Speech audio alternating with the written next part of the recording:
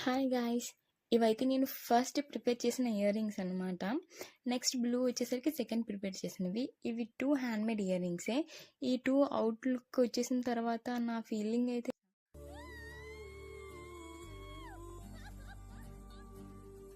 ఇలాగే సార్ కొంచెం ఆడిగా బిహేవ్ చేస్తుంది.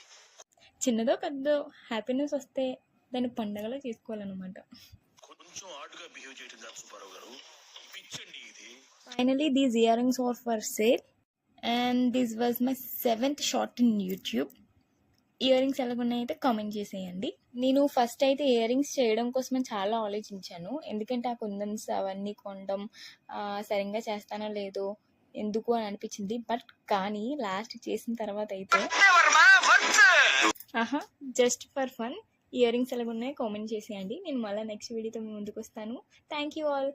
బాయ్.